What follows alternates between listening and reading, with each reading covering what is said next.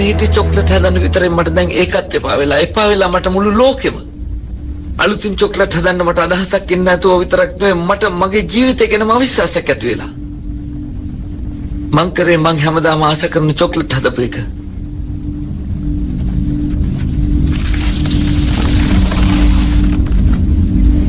එහෙනම් ඒක තමයි හේතුව මම අවිශ්වාසයෙන් වැඩ කරන හින්දා චොක්ලට් වල කිසිම රසයක් දැනෙන්නේ නැහැ ඔද්දක්ෂයි ගොඩක්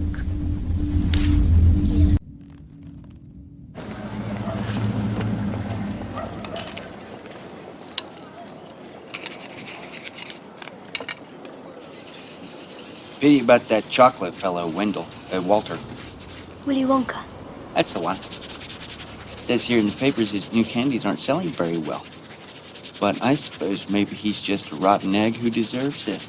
But Really?